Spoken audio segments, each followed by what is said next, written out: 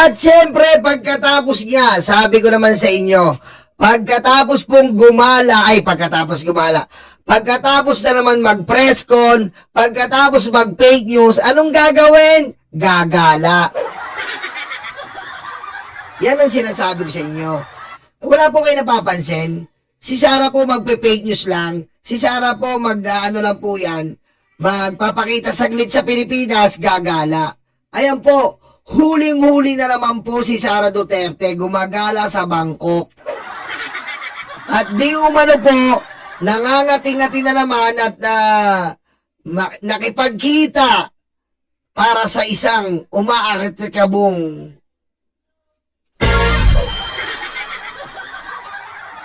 grabe, no? Ang tindi pa po, at saka matindi po dito, ayan, no, tayo na naman nagbayad ng mga security niya. Ayan na naman po yung mga security niya, kumpleto na naman po. Grabe. Ang tindi po talaga ng mukha ng Vice President na to. Wala po ako talagang paglagyan sa tindi ng kapal ng mukha ni Sara Duterte. Alam mo yon, Huwebes po ito. May pasok. Nasa Bangkok ka. May pasok. Hindi na naman nagtrabaho. Ano na naman ginawa? Nakipagbembangan ba to? O kay Xi Jinping na naman? Pero nyo po nandito ka sa Bangkok, may pasok ka pa. Anong ginagawa mo dyan? Diyan ka namimigay, ano yan? Diyan ka na naman nagtatanim ng puno, nagpupulot ng basura? Aray ko. Sa tingin nyo, dito ba to? Dito naman siya nagtanim ng puno at namumulot ng basura. Alam nyo, nakakapagtaka nga eh. Pag tinanong nyo po sa mga tao, kung ano po ang nagawa ni Sara Duterte, wala po talaga masagot ng mga tao. As in, wala. Ang unang matatandaan mo ay paggala. Ang unang matatandaan mo, paglulustay. Ang unang matatandaan mo ay pagpulot ng basura sa kagubatan. Aray ko. May nagsabi pa nga sa amin, para hindi siya mabuko, sa ibang bansa lumalande. Ayan po, sa ibang bansa lumalande, doon na dahil dito nga, sikat, sikat dahil vice-presidente. So sa ibang bansa, lalandi siya, doon siya lalande. Aray ko. Diba? Ano yan? Anong klase yan? Anong pong klaseng vice-presidente to? Oras ng trabaho, nasa galaan. Oras ng trabaho, kung ano yung tupag. Ayan po, gumala na naman siya. Eto po, abangan nyo. Pagbalik niyan, may expose na naman yan, na bagong expose. Expose na naman yan, na sisirain na naman si BBM para hindi makita yung paggala niya. Samantalang si Lenny nun, etong mga DDS, laging hinahanap si Lenny, nasa ng vice-presidente. Pusang ina ito, hanapin nyo. Malandi yung vice-presidente nyo. Malandi na, magnanakaw pa.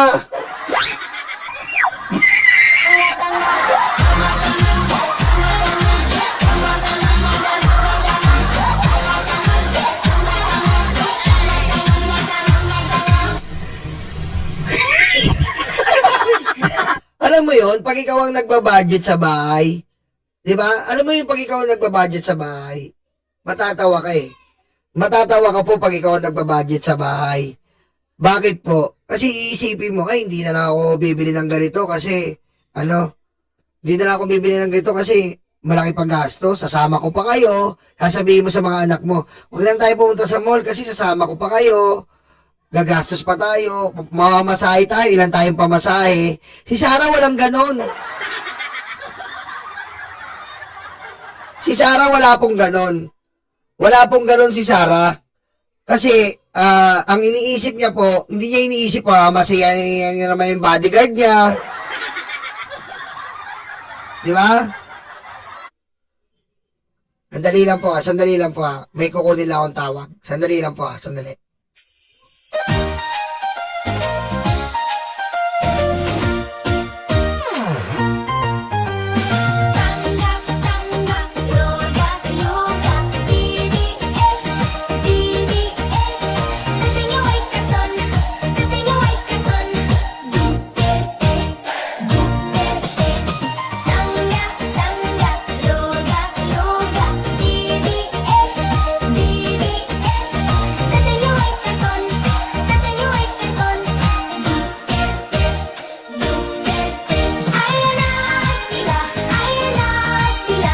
Di ba tayo iniisip natin, ay mamamasahe. Siya hindi niya iniisip na kapag manamasahe siya, lahat po ng gastos, ayan na naman po. Lahat ng gastos, grabe. Di ba? Lahat ng gastos, yung mga security niya pa lang, yung mga staff niyan dadalhin, pinakamababa 5, yung security niya, pinakamababa 10, gagastosan na naman natin. Tapos,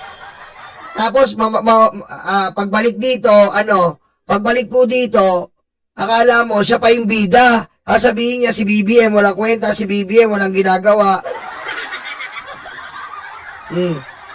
Si BBM, magdanakaw. Samantalang siya yung nuknuka ng sama, kapal ng muka. Aray ko. At ito po, pakinggan nyo to pakinggan nyo po to. Ito na po, ang kinatatakutan niya. Ihaharap ng mga endorser ng ilang impeachment complaint laban kay Vice President Sara Duterte ang mga bank record ng bise at affidavit ng nagpakilalang dati niyang aide. Aray ko. Yan ang sinasabi ko sa inyo. NUP, naririnig nyo ba to? Ihaharap na ang bank records. Magkakaroon na po ng karapatan. Dahil ayon din sa Supreme Court, magkakaroon na po ng karapatan itong mga House of Representatives na iharap na po ang bank records. At yun po ang kinatatakutan ni Sara. Ang maipakita po ang bank records. At nga pala may kumakalat po ngayon. City Kong po, 37 million lang po ang salin. Pero nakarelo po. Nakarelo ng Rolex 10 million. Di ba? Hindi natin napansin yun 37 million lang yung salin mo, tapos may relo kang 10 million. Hindi ka ba naman tangan DDS kan luga ka? Aray ko. Malit ka na peke, ayan na sila, malit ka na peke. Di ba? Ayan na po, diretso. Kasunod yan ang hamon ng National Unity Party at ng House Justice Committee Chairperson na dapat may bagong ebidensya para umusad ang mga reklamo. Grabe ang arte ng NUP. Masyado kayong, ang arte nyo NUP.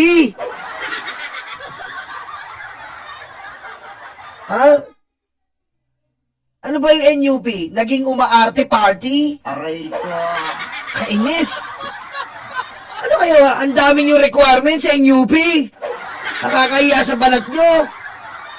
Kami nagpapasweldo sa inyo, pihikan kayo. National Umaarte Party. Nakatutok si Pina Hanganiban Perez. Kahit sinabi na ng Korte Suprema na pwedeng ihain muli ang impeachment complaint laban kay Vice President Sara Duterte kapag tapos na ang one-year ban, kinasahan ng mga ilang nag-endorso sa ilang mga reklamo ang hamon ng National Unity Party at ng House Justice Committee Chairperson na magpresenta ng bagong ebidensya. So this is not a case of whether the allegations are new or old. We're up to the challenge. Pero ipinagtataka nilang may ganito pang pagbagal. Gayong nadesisyonan na ng Kamara noong nakaraang taon na dapat ma-impeach ang bise. We went through this process Yes. before at alam naman natin na na-impeach na siya ng House of Representatives. Walang problema both sa issue ng sufficiency and Grabe si Tinyo. Tinyo, natatakot na ako sa itsura mo,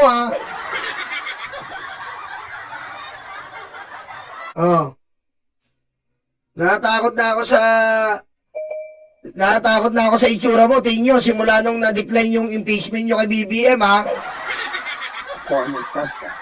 Kasama sa mga bagong ipipresenta ng mga nag-endorso ng impeachment complaints laban kay Vice President Sara Duterte ay ang bank records ng bise at ang affidavit na nagpakilalang dati niyang aide na si Ramil Madriaga. Ramil Madriaga. Aray ko. Ramil Madriaga. Ayan po ang problema natin ngayon, mga DDS.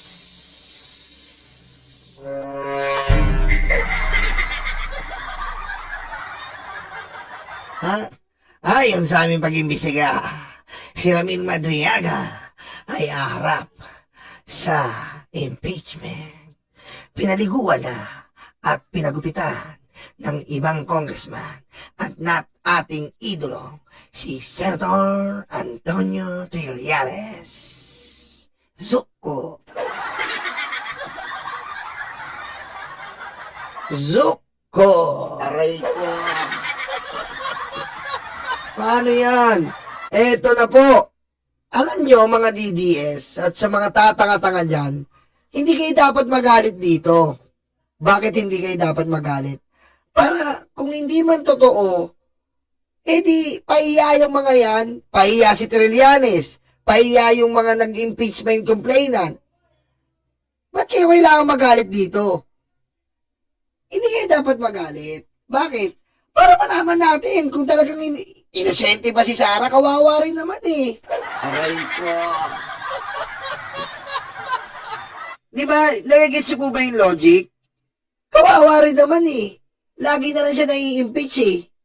At kawawa rin ako. Lagi na lang walang like.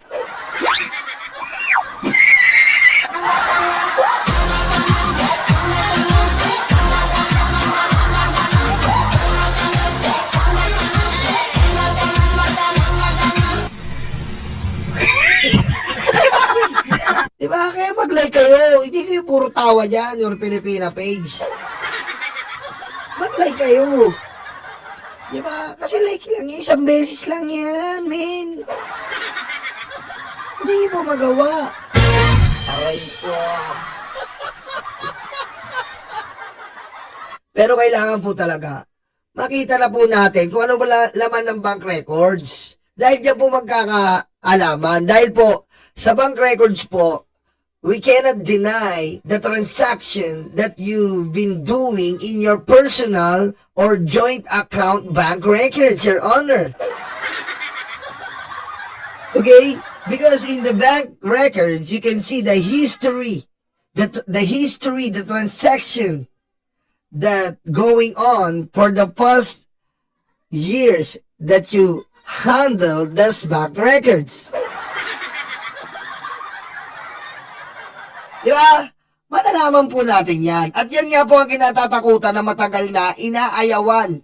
Miski po si Digong, gumawa po ng eksena yan nang bubuksan na yung bank records nila.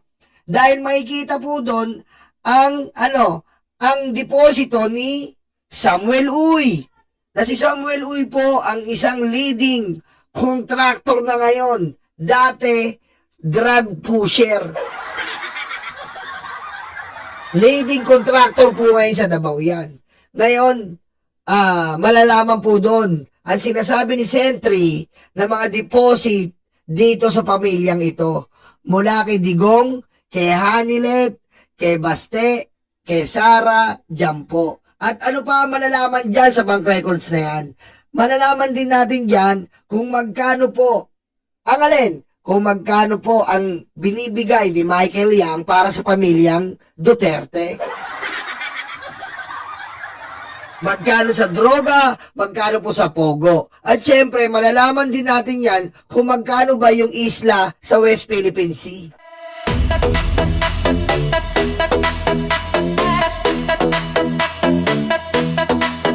Takot na ang mga aso, dumarating ang mga kaso. Sila ay sinusundo na, dadalhin sa tatay nila.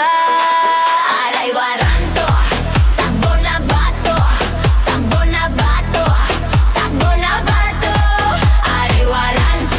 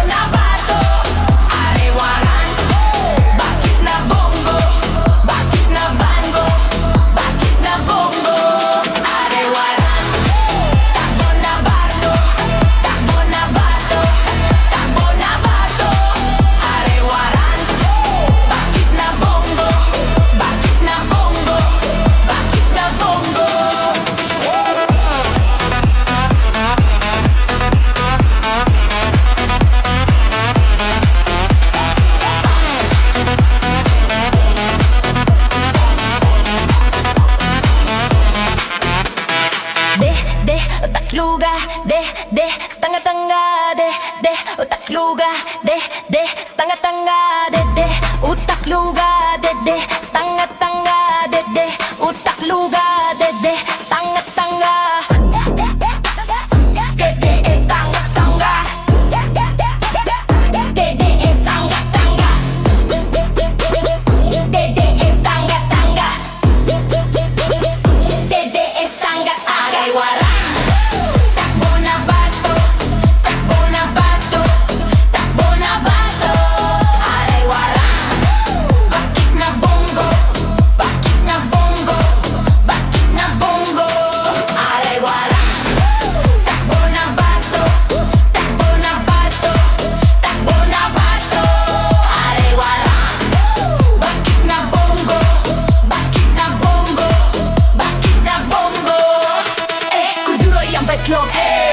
Tatay yung karton, kuduro yung betlog, tatay yung karton, kuduro yung betlog, tatay yung karton, kuduro yung betlog, tatay yung karton,